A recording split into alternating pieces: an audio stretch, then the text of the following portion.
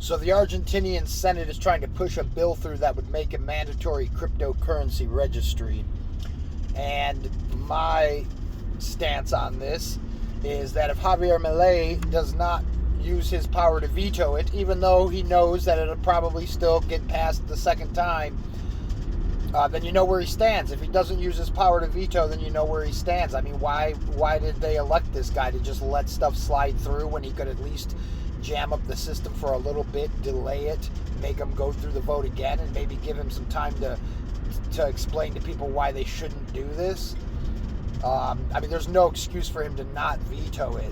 I'm talking to guys from Argentina on the internet who support him, and they're like, well, you know, why do it if it's not going to stop the law from going through? And the point is to stand on principle. That's why he should do it, because at least officially in the record, it'll state that he was opposed to it. He can go up there and say whatever he wants on television, but if he's got the power to exercise veto, even if he thinks it's not going to change, I would say he should do it. That's what a principled libertarian would do, right? When they get into office, they're going to do everything they can to jam up the state and to minimize the state.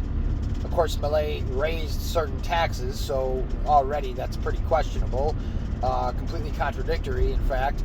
But when it comes to this crypto thing, we know with his whole free market spiel,